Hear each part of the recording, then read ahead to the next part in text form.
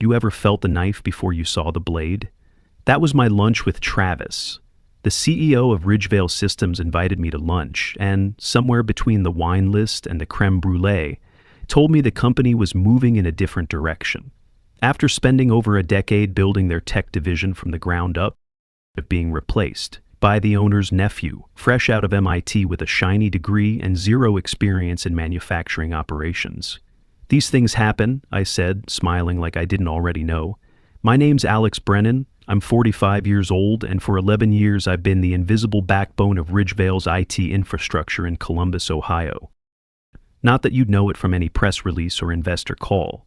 I was the one who built our network security when we were still running Windows XP and storing passwords on sticky notes.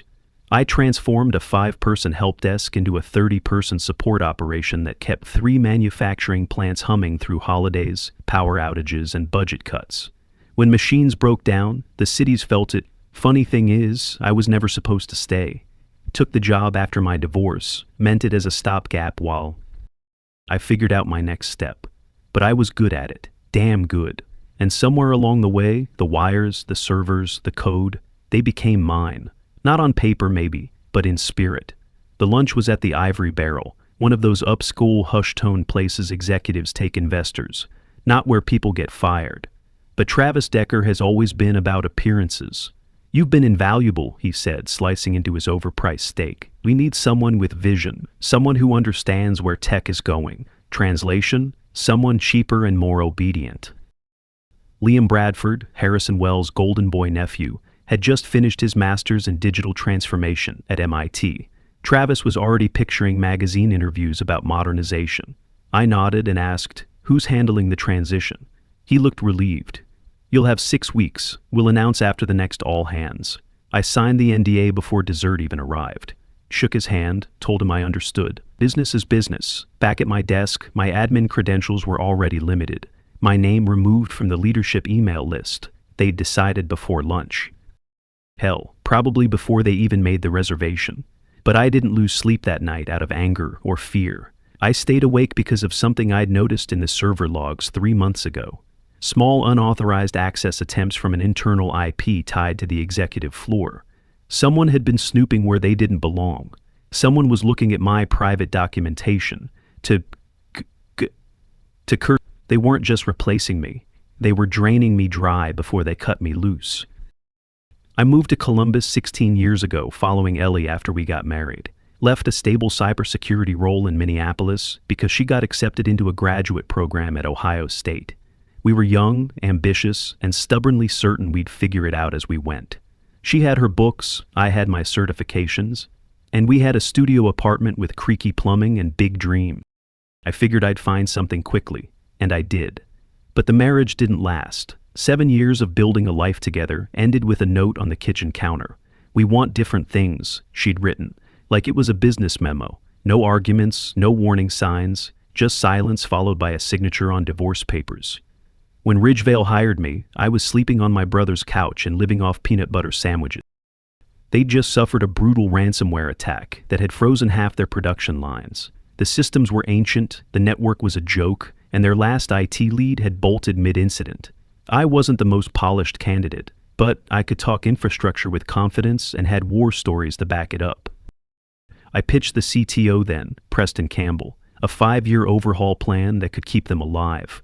He looked exhausted and desperate. "If you can stabilize us, you're hire."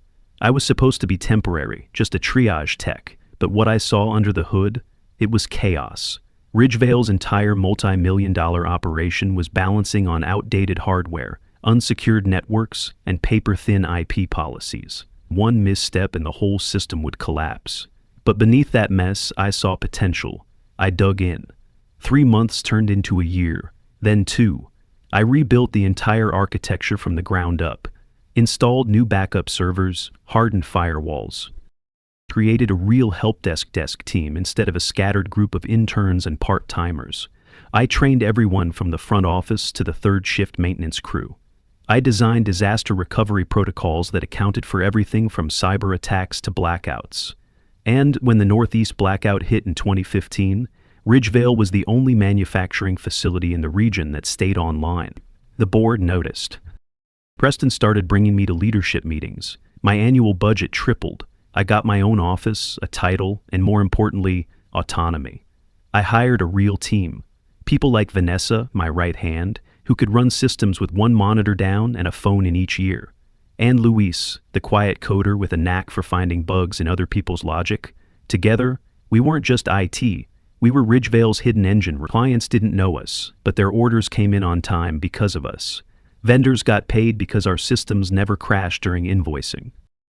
And Harrison Wells, the company's majority owner, shook my hand at the 2019 Christmas party and said, "You turned us into a modern operation. We couldn't have scaled without you." I believed I'd found my place, a quiet, behind-the-scenes role where what I built actually mattered.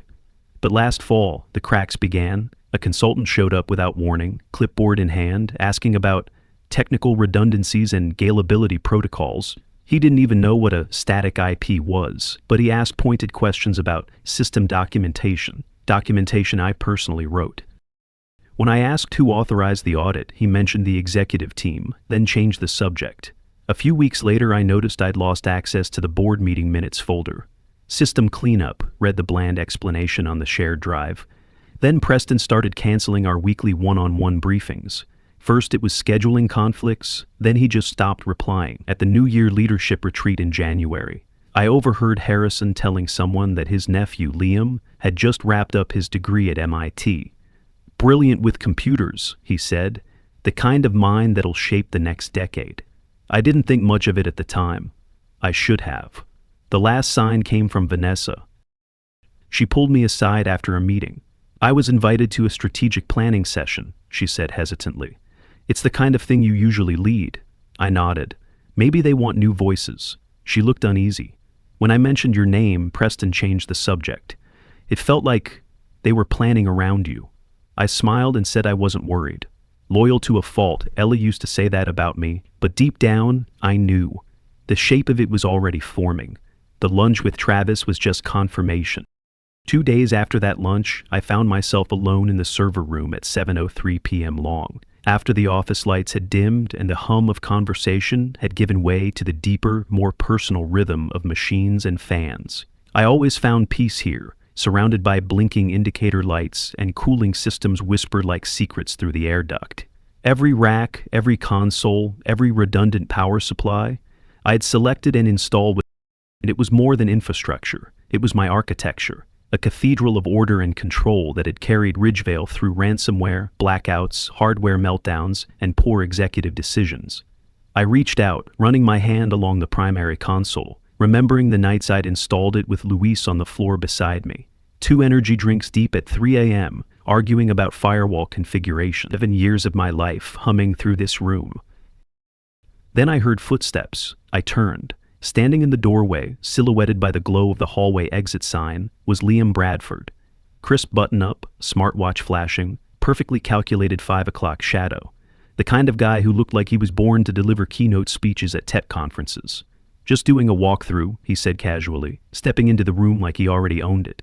"Travis mentioned you'd be showing me around soon." "Did," I replied evenly. "Just familiarizing myself with the layout," he continued, scanning the racks like a museum visitor. "Impressive setup. A bit old school, but solid." Old school. I'd upgraded those systems 8 months ago with cutting-edge redundancy, hybrid cloud integration, and endpoint protection that took a year to get past procurement. "But sure, call it old school." He didn't stop. "Your documentation is thorough, very clean structure. I've been reading through it. I have a few ideas for modernization." He said it with the tone of someone doing me a favor. I nodded slowly. "Looking forward to hearing them." The words tasted like chalk. After he left, I sat down at my terminal and opened the access logs. My instincts were right.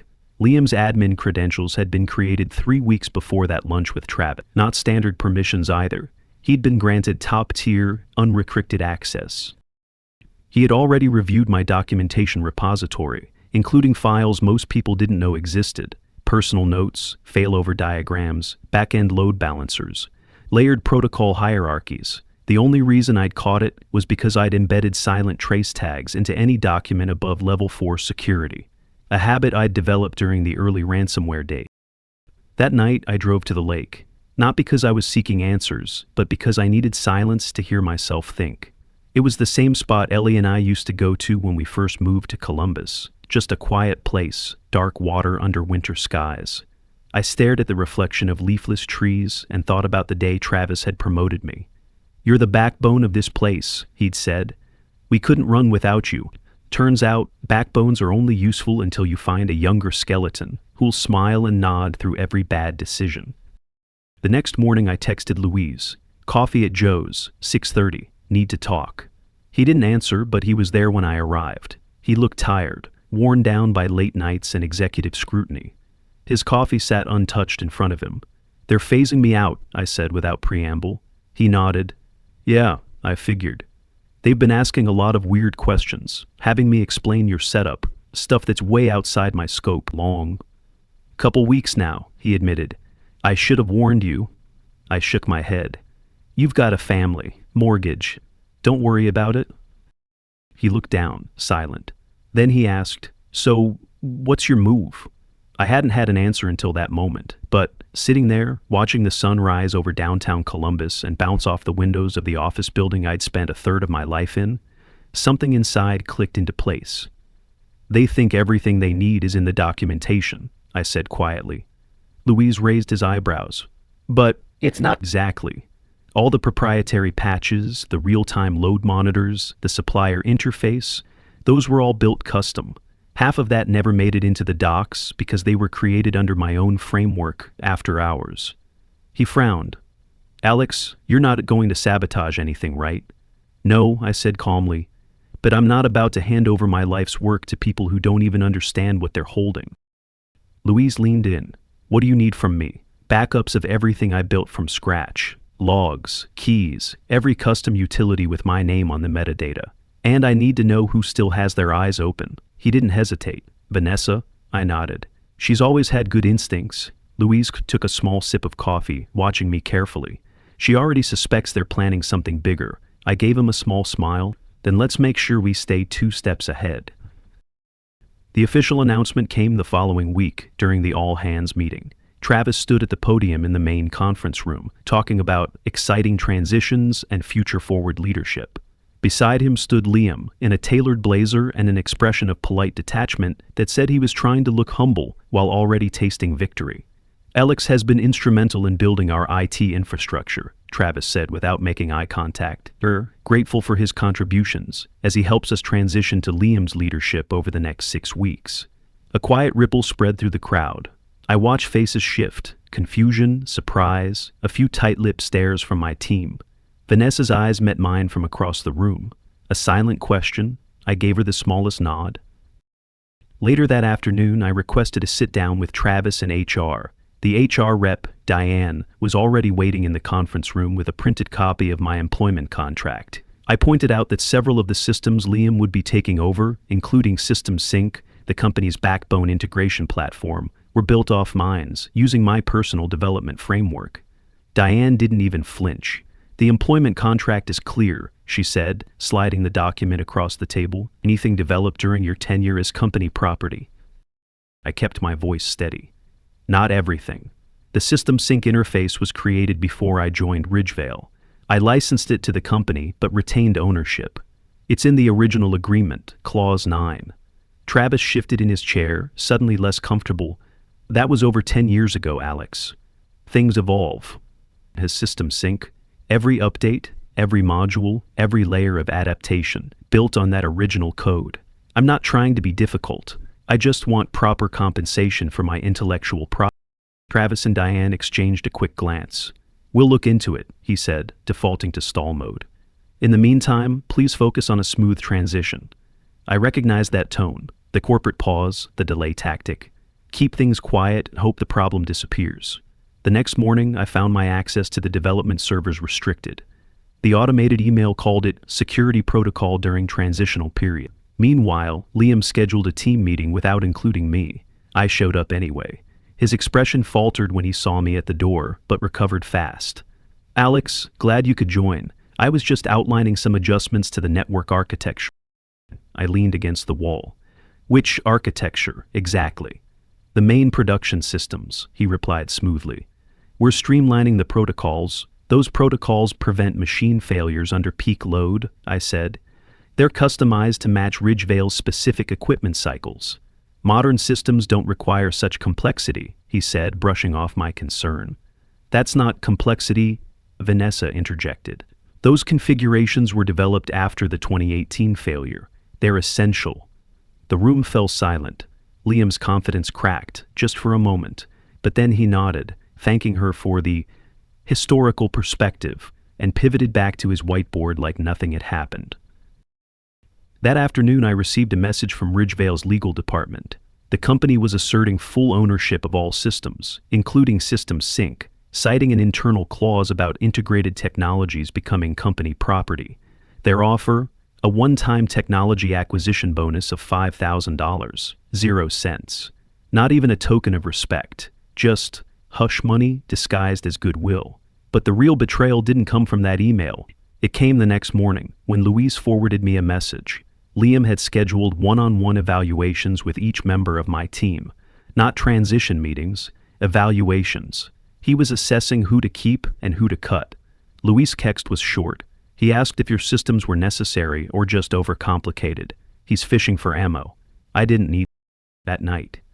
I was reviewing archived vendor communications when I found an email forwarded to my personal inbox by mistake, probably a habit I forgot to disable.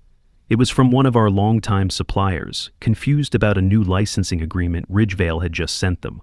I opened the PDF. Ridgevale had signed over all of our proprietary integrations, including the client-facing APIs I'd developed, to a third-party startup. The name on the signature block? Liam Bradford's old classmate. They weren't just replacing me. They were dismantling what I built and reselling it, piece by piece, to their friends. I opened the backup drive I'd stashed at home and tried to pull the original pre-employment code from System Sync. My credentials were blocked. I reached out to Darren Phillips, a network security specialist I'd worked with back when Ridgevale had only one location and a firewall so thin it practically welcomed attackers. We met at a diner just off I-71. It smelled like bacon grease in 1997. Darren was already halfway through a slice of pie when I slid into the booth. "Legally, you're in a rough spot," he said after laying everything out. "Something doesn't add up. Why force you out now? Ridgevale's tech division is killing it, right?" "That's the part I can't figure out," I said. "They're monetizing everything we've built and pretending none of it was mine." He nodded slowly. "Let me dig around. Not hacking, just information. Public filings, investor movements. I've got a few tools." 2 days later, he called me at 11:14 p.m. "You need to see this."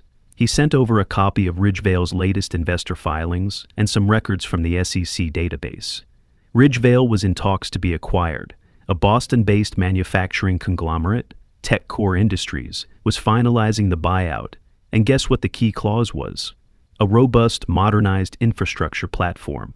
In other words, System Sync, my system. "The deal hinges on the tech transition," Darren said. "Liam was brought in to polish your work, make it look turnkey.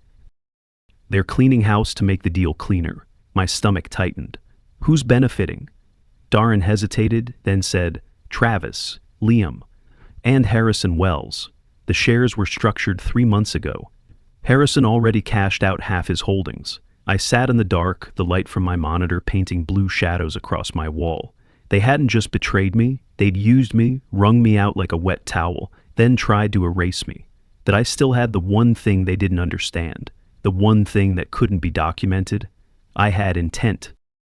I drove out to the old industrial park on the edge of Columbus, an overgrown strip of abandoned warehouses and graffiti-tagged loading docks. It was the place I first sketched System Sync's architecture on, the back of a shipping invoice during a contract gig 12 years ago. I sat in my car for hours, the heat running low, watching dawn chase away the night. The frost on my windshield slowly melted, but the cold inside me didn't. When I got home, I dug out an old external drive from the back of my closet. It took a few minutes, but when the spinning icon stopped, there it was, the original System Sync codebase. Date stamped 8 months before I ever signed a contract with Ridgevale. Next to it, buried in a forgotten folder labeled Pending, I found something even better. An email chain with Travis from a decade ago, asking me to integrate your tool with Ridgevale's internal systems, ASAP, along with his line. "We'll formalize ownership once the chaos settles down." The next day, I got called into a meeting with Travis, Liam, and Diane from HR. We're accelerating the transition, Travis said without preamble. Your last day will be next Friday. 2 weeks instead of 6, I replied. Any particular reason? Liam has demonstrated exceptional capability, Diane offered smoothly. And frankly, Alex, your attitude hasn't been conducive to a smooth handover. I nodded once understood. And the matter of System Sync's ownership? Travis stiffened. Our legal team has reviewed all contracts. We're confident in our position.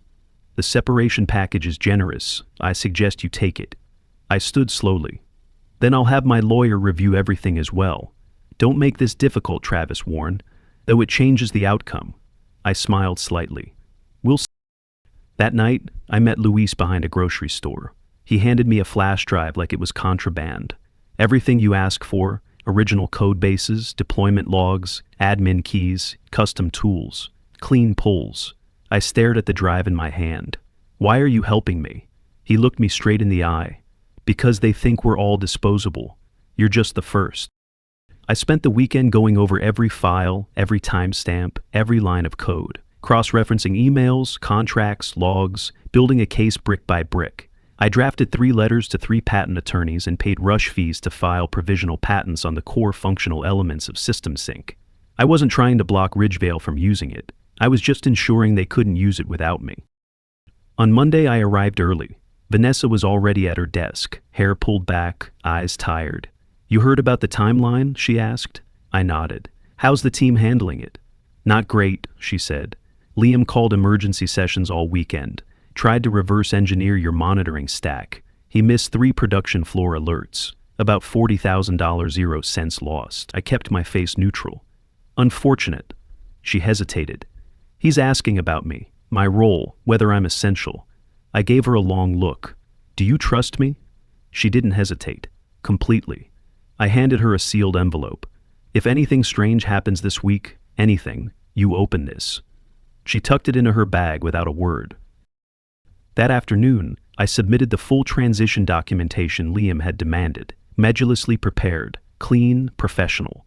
I joined his planning meeting, answered questions, kept my voice level. Meanwhile, Darren was setting up a secure off-site server for me. By midnight, I had cloned System Sync into a clean environment, completely independent of Ridgevale's live system. A silent trigger. Not a virus, not a bomb, just a timeout, a clock, set to expire in exactly 8 days. 9:17 a.m. the code spoke. At 10:30, the CEO did. Friday morning, I turned in my badge, signed the exit paperwork, declined the sad little catered lunch Liam had organized to celebrate my legacy. Travis barely looked at me. 11 years, and all I got was a printed HR checklist and a half-hearted nod. I walked to my car, no ceremony, no goodbye, just the cold January wind at my back. But inside, I was calm, focused. Luis called me at exactly 9:00 a.m. It's done, he said. Liam just changed all admin passwords, full lockout. Thanks for letting me know, I said evenly. What happens now? Now we wait, I replied. At 9:17 a.m., Ridgevale's production floor ramped up to peak operational capacity, just like it did every weekday. At 9:18, the first monitoring module issued a silent ping. At 9:19, all 3 manufacturing sites reported full sync. Then, at 9:20, every terminal running System Sync displayed a message in bright red letters. Technology expired. Please expire. Please launch. At 9:45, all 3 Ridgevale facilities were offline.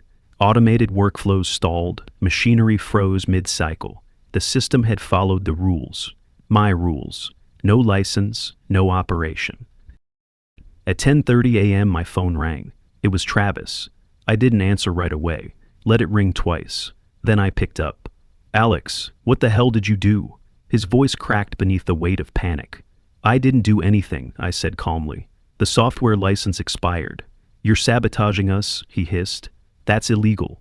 It's not sabotage, it's standard license management, I corrected. You should check the original integration agreement clause 7 specifically. Ridgevale was licensing the platform, not owning it. There is silence on the line, the kind that says someone just remembered a mistake they made a decade ago. I've sent a revised licensing agreement to your legal department, I added. Terms are simple: acknowledgement of my ownership, fair compensation, and a signed NDA regarding the nature of my departure. Oaken's extortion. That's business, I replied, and ended the call. By 3:00 p.m., Ridgevale's lawyers had finished reviewing the documentation I submitted. Timestamps, email chains, patent filings, pre-employment drafts, Travis's own words and archived messages. By 5:00 p.m., the licensing agreement was signed, retroactive royalties, formal acknowledgement of my intellectual property, a non-disclosure clause that essentially erased their version of history. They got their system back online by 6:00, and the machines roared back to life like nothing had happened. 3 days later, I sat across from the vice president of operations at TechCore Industries in a sleek downtown office. He pushed a contract toward me. "We're still acquiring Ridgevale," he said, "but we want you to lead the technical integration as an outside consultant." The salary was double what I'd earned before, full control over hours, creative autonomy, no board politics. "What about?" I asked. The VP's expression soured. "Mr. Bradford will be transitioning to other opportunities." I signed that contract before I left the building. 2 weeks after the dust settled, Luis called me. "It's official," he said. "Liam's out. No announcement, no farewell memo. Just gone." "What's the internal story?" I asked. "He left to pursue other opportunities." "And the real reason?" 3 major clients threatened to pull contracts after system delays. He couldn't stabilize anything. Vanessa said he tried rewriting the monitor protocols from scratch, crashed the test servers twice. I didn't gloat. I didn't need to. Some lessons teach themselves. Travis, on the other hand, remained CEO, technically, but his role at TechCore became purely ceremonial. No decision-making power, no direct reports, just a title and a quiet office, down the hall from the real executives.